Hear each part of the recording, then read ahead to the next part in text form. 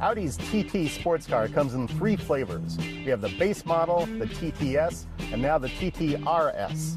That's the top of the line, fastest model, and we're here looking at the 2012 Audi TT-RS.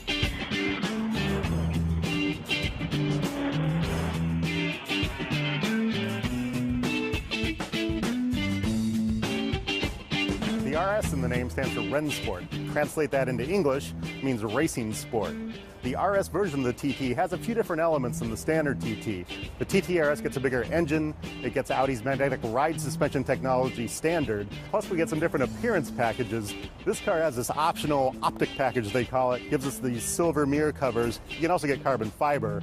And back here we have a fixed spoiler, does away with some of that motorized elements, saves a little weight, which keeps true to this car's sporting theme.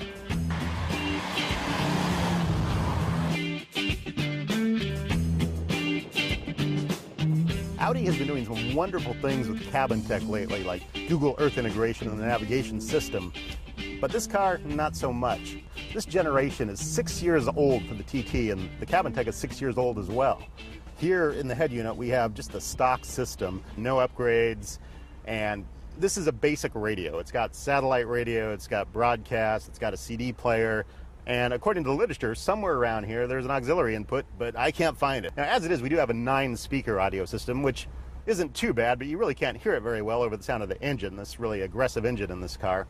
You can get an upgrade here, though. You can get a navigation system, and that comes in a tech package. It's a $3,500 tech package that brings in a Bose audio system, so an upgrade over that 9-speaker system, and iPod integration.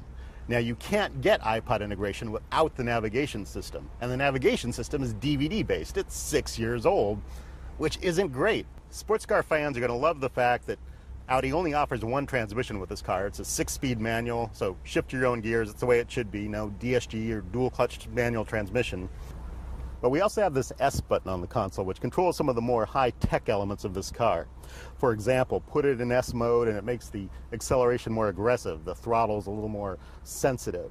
And it also controls the magnetic suspension that when you put it in S mode, it makes the ride quality stiffer and handles the corners better. Of course, on the flip side, it also makes the ride a little less comfortable. But this S button also controls the sport exhaust. Now, that's another option that we have in this car, $1,500 option. That makes the exhaust sound more aggressive. It opens up some baffles, and you get this really like roaring sound, which doesn't do much for performance, but it certainly makes you happier.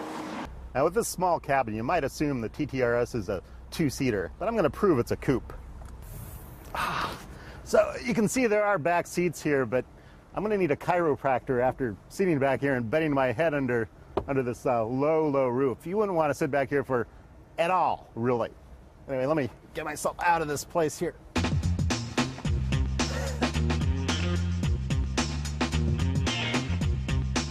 As standard in the TT-RS, you get these carbon fiber engine covers. Not really important. What's more important is you get an extra cylinder. This is a 2.5-liter 5-cylinder direct injection with turbocharger. That's one more cylinder and 0.5 liters more than the standard TT. That adds up to 360 horsepower and 343 pound-feet of torque.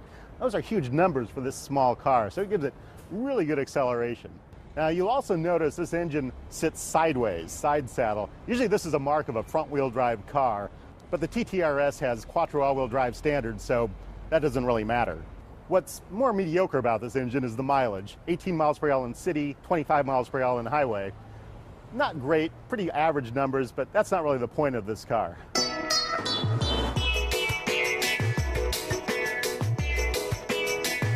Now, what Audi tries to do with the TT-RS's sport mode is make sort of a dual-purpose car. This is something that BMW does really well. You know, in this, leave it off sport mode. In the city, you can drive around, drive to work every day. But it doesn't work so well in this car because the suspension in non-sport mode never really gets comfortable, and the engine always remains a little touchy, a little hard to control in traffic. On the fun curvy roads like I'm on right now, you can really get a sense of how this car is supposed to handle the places it's supposed to be. And this is fun driving it around here. Suspension really just handles these corners nicely, and you get a nice sense of rotation in the turns. But there's a couple things I don't really like about this car as far as the sports car goes. One of that is the fact it's got this electric power steering system that it's not tuned all that great. I don't know, the turn-in isn't very tight. You don't feel a lot of response like you do in the, the best systems that I've tested. This car just remains kind of vague, and it doesn't have the sharp turn-in that I would really want from a good steering system in a sports car. And I think I'd wait till the Audi engineers have a chance to tune that a little bit better. Another thing I'm not crazy about is the gate on this manual transmission. The gate isn't quite as tight as it could be. I really want to be able to feel it smoothly go in each gear, but it's kind of notchy and doesn't really give me a good sense of going into each gear. So ultimately, what I'm feeling in the ride here is this is an okay sports car, but I think there's better options out there. Certainly less expensive ones. The base price of the 2012 Audi TT RS is $56,850. The tech package I talked about, $3,500. I'm not sure I would include that because it's an old system.